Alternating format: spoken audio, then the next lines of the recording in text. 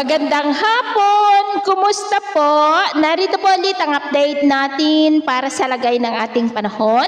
Ngayong hapon po ng August 12, 2025. Sa ngayon po ay patuloy pa rin ang paglapit ng Bagyong Goryo dyan sa may Taiwan at bahagya po na bumaba ang track nito gaya ng inyong nakikita na nakakaapekto na po dyan sa may Batanes at nakataas na ngayon dyan ang Tropical Cyclone Wind Signal number 1 at bukas ng hapon nagbabanta na po yan na maglandfall sa may Taiwan bilang malakas po na bagyo. Sa ngayon ay taglay na niya ang lakas ng hangin na umaabot po sa 135 kilometers per hour habang nasa layo po ngayon ng 397 kilometer east ng Itbayat, Batanes. At sa atin pong long range forecast, maliban sa bagyo ngayon na ating binabantayan, ay posible muli ang pamumuo ng mga sama ng panahon sa silangan o kanluran ng ating bansa sa susunod na mga araw at ang development ng mga yan ating babantayan kung matutuloy po o hindi. At sa lagay ng ating panahon, ngayong hapon po ay nakakaranas ng cloudy skies with isolated rains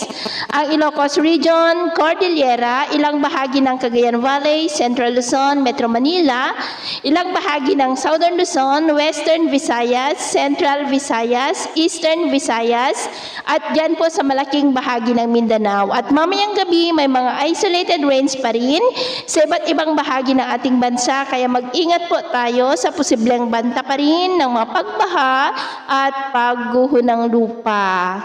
At sa atin naman pong mga baybayin, wala na po tayong nakataas na namang gale warning signals, pero bayong pag-ingat lamang po kung papalaot tayo para po mas makaiwas sa mga sakunang pangkaragatan. So ito na ang latest update natin sa araw na ito. Ako po muli si James na nagsasabing sa kahit na magsubok po na darating sa ating buhay, huwag po tayong mawawalan ng pag-asa. Thank you and God bless!